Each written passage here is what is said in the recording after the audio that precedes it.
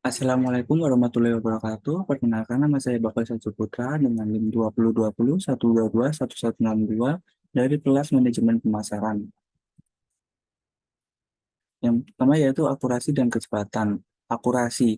Akurasi adalah ukuran yang digunakan untuk mengevaluasi sejauh mana hasil pengukuran atau prediksi cocok dengan nilai sebenarnya atau keadaan yang sebenarnya. Dalam konteks yang lebih umum, akurasi mengacu pada tingkat kebenaran atau ketepatan suatu informasi atau proses dalam mencapai tujuan atau mencerminkan suatu keadaan yang sebenarnya. Dalam konteks pengambilan keputusan, akurasi merujuk pada tingkat ketepatan atau kebenaran informasi yang digunakan untuk membuat keputusan. Dalam dunia bisnis yang kompetitif, keputusan yang didasarkan pada data yang akurat dapat memberikan keuntungan yang signifikan. Begitu pula sebaliknya, informasi yang tidak akurat atau tidak valid dapat mengarah pada keputusan yang salah dan berpotensi merugikan perusahaan. Oleh karena itu, akurasi data, analisis yang tepat, dan pemahaman yang mendalam tentang situasi bisnis menjadi kunci untuk mengambil keputusan yang baik. Contohnya yaitu perusahaan e-commerce menggunakan data pelanggan untuk mengembangkan strategi pemasaran. Jika data yang digunakan tidak akurat, atau tidak diperbarui secara berkala, perusahaan tersebut dapat mengambil keputusan yang tidak sesuai dengan preferensi dan kebutuhan pelanggan, sehingga berdampak negatif pada penjualan dan reputasi perusahaan itu sendiri. Selanjutnya yaitu kecepatan. Kecepatan adalah ukuran yang menggambarkan sejauh mana suatu objek bergerak dalam suatu satuan waktu. Secara umum, kecepatan dapat didefinisikan sebagai perubahan posisi objek per satuan waktu. Dalam era digital dan teknologi yang terus berkembang, kecepatan sangat penting dalam pengambilan keputusan bisnis.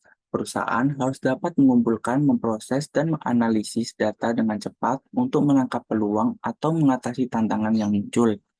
Keputusan yang diambil dengan cepat memungkinkan perusahaan untuk merespon pasar yang berubah dengan cepat, memenangkan persaingan, dan memaksimalkan peluang bisnis yang muncul.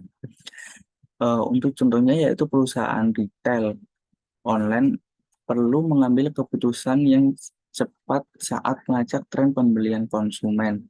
Dalam hal ini, perusahaan dapat menggunakan algoritma pemrosesan data real-time untuk memantau dan menganalisis data penjualan secara langsung. Dengan menyampaikan wawasan secara cepat, perusahaan dapat membangun strategi pemasaran, memperbarui stok, atau menyesuaikan harga produk untuk meningkatkan penjualan. Kesimpulannya yaitu secara keseluruhan dalam dunia bisnis yang terus berkembang dan kompetitif saat ini, akurasi dan kecepatan menjadi faktor kunci dalam pengambilan keputusan yang baik. Dengan memastikan data yang akurat dan mengadopsi proses pengambilan keputusan yang cepat, perusahaan dapat mengoptimalkan kinerja mereka, merespon perubahan pasar, dan mendapatkan keunggulan kompetitif. Selanjutnya yaitu penggunaan teknologi dalam mengurangi bias di bidang pemasaran. Yang pertama yaitu analisis data. Penggunaan teknologi analisis data yang canggih memungkinkan perusahaan untuk memproses dan menganalisis jumlah data yang besar dengan cepat. Dengan menggunakan algoritma yang tepat, teknologi ini dapat mengidentifikasi pola dan tren yang relevan dari data pelanggan. Pendekatan berbasis data ini dapat membantu mengurangi bias subjektif dalam segmentasi pelanggan dan menghasilkan hasil yang lebih akurat. Selanjutnya yaitu personalisasi berdasarkan data. Teknologi dapat memungkinkan pemasar untuk mempersonalisasi pengalaman konsumen berdasarkan data yang dikumpulkan dengan memanfaatkan teknologi seperti algoritma rekomendasi atau mesin pembelajaran. Pemasar dapat menyajikan konten, penawaran, dan iklan yang relevan secara individual kepada konsumen. Hal ini membantu mengurangi bias yang mungkin muncul dalam menentukan penawaran atau rekomendasi berdasarkan asumsi atau stereotip. Selanjutnya yaitu diversifikasi sumber data. Nah, pemasar dapat menggunakan teknologi untuk mengumpulkan data dan berbagai sumber yang beragam dengan mendapatkan wawasan dari beragam sumber data, termasuk data konsumen, survei, analisis media sosial, atau data perilaku buku online, pemasar dapat mengurangi bias yang mungkin muncul dari penggunaan data yang terbatas atau tidak representatif. Contohnya yaitu penggunaan teknologi dalam pengambilan keputusan terkait segmentasi pelanggan. Nah, dalam pengembangan strategi pemasaran, seringkali perusahaan harus membagi pelanggan menjadi segmen yang berbeda untuk menargetkan mereka dengan pendekatan yang sesuai. Namun, pengambilan keputusan dalam segmentasi pelanggan dapat rentan terhadap bias, di mana asumsi atau penilaian yang tidak tepat dapat mempengaruhi hasilnya. Nah, teknologi dapat membantu mengurangi bias dalam pengambilan keputusan segmentasi pelanggan dengan menggunakan pendekatan berbasis data tersebut. Selanjutnya yaitu simulasi dan analisis decision matrix untuk pengambilan keputusan pembelian peralatan rumah.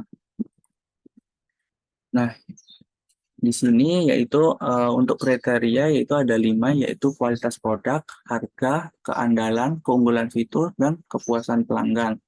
Untuk pembobotnya yaitu kualitas produk senilai 25% dikarenakan kualitas produk adalah faktor yang penting dalam mempengaruhi kepuasan pelanggan dan persepsi nilai produk.